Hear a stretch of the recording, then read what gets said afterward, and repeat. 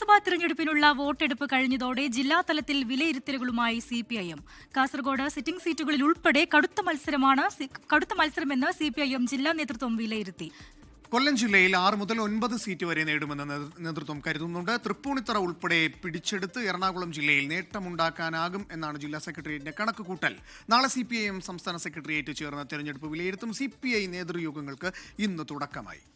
പ്രദീപ് നാരായണൻ ചേരുന്നുണ്ട് കാസർഗോഡ് നിന്ന്. പ്രദീപ്, എന്താണ് കാസർഗോഡിൽ CPIMന്റെ ഒരു വിലയിരുത്തൽ? കാസർഗോഡ് ജില്ലയിൽ CPM സ്ഥാനാർത്ഥികൾ മത്സരിക്കുന്നത് കാഞ്ഞങ്ങാട്, മുത്തൂർ, തൃക്കരിപ്പൂർ മണ്ഡലങ്ങളിലാണ്. മഞ്ചേശ്വരം മണ്ഡലത്തിലും CPM സ്ഥാനാർത്ഥിയാണ്. കാസർഗോഡ് സ്വതന്ത്ര സ്ഥാനാർത്ഥിയാണ് മത്സരിക്കുന്നത്. പൊതുവിൽ ഈ പാർട്ടി കണക്ക് എടുത്തതെന്ന് വെച്ചാൽ ഉറച്ച വോട്ടുകളുടെ ഒരു കണക്കാണ് ഇപ്പോൾ മണ്ഡലം കമ്മിറ്റി ശേഖരിച്ച് നൽകിയിരിക്കുന്നത്. അതിൽ തൃക്കരിപ്പൂരിൽ 4900 വോട്ടിന്റെ ഭൂരിപക്ഷം എന്ന ഒരു വിലയിരുത്തലിലേക്കാണ് പാർട്ടി എത്തിയിരിക്കുന്നത്. അങ്ങനെ പറയുമ്പോൾ കഴിഞ്ഞ തെരഞ്ഞെടുപ്പ് സമയത്തും ഇത്തരത്തിലുള്ള ഒരു കണക്ക് നൽകിയിരുന്നു. എന്നാൽ 20,000 പരം വോട്ടിന്റെ ഭൂരിപക്ഷത്തിനാണ് M രാജഗോപാലൻ ജയിച്ചിരിക്കുന്നത്.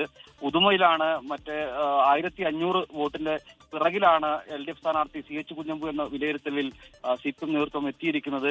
പക്ഷേ കഴിഞ്ഞ തെരഞ്ഞെടുപ്പിൽ ഇത് 500 വോട്ടിന് പിറകിലെന്നായിരുന്നു. ഇത് ഉറച്ച വോട്ട് കണക്കാക്കുമ്പോൾ ഇങ്ങനെയുള്ളൂ. പക്ഷേ അനുഭാവികൾ ഉൾപ്പെടെയുള്ള വോട്ടുകൾ വരുമ്പോൾ ഇത് മറികടക്കാനാകുമെന്നൊരു പ്രതീക്ഷയും ജില്ലാ കമ്മിറ്റി പങ്കുവെക്കുന്നുണ്ട്.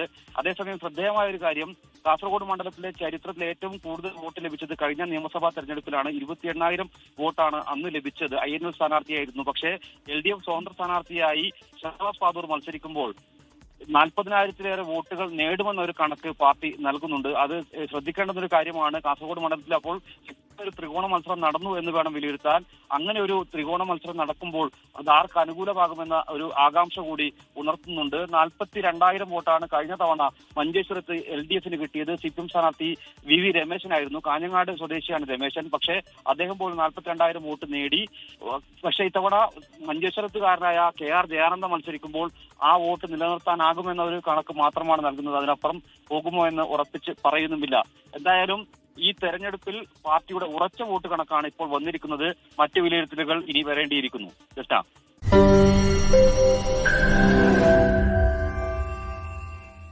ലോകത്തെവിടെയായാലും ഏത് സമയത്തും 24 വാർത്തകളും ഓഗ്മെന്റഡ് റിയാലിറ്റി പാക്കേജുകളും എക്സ്പ്ലെയിനറുകളും വിശദമായി കാണാൻ ഞങ്ങളുടെ YouTube ചാനൽ നിങ്ങൾക്ക് സബ്സ്ക്രൈബ് ചെയ്യാം.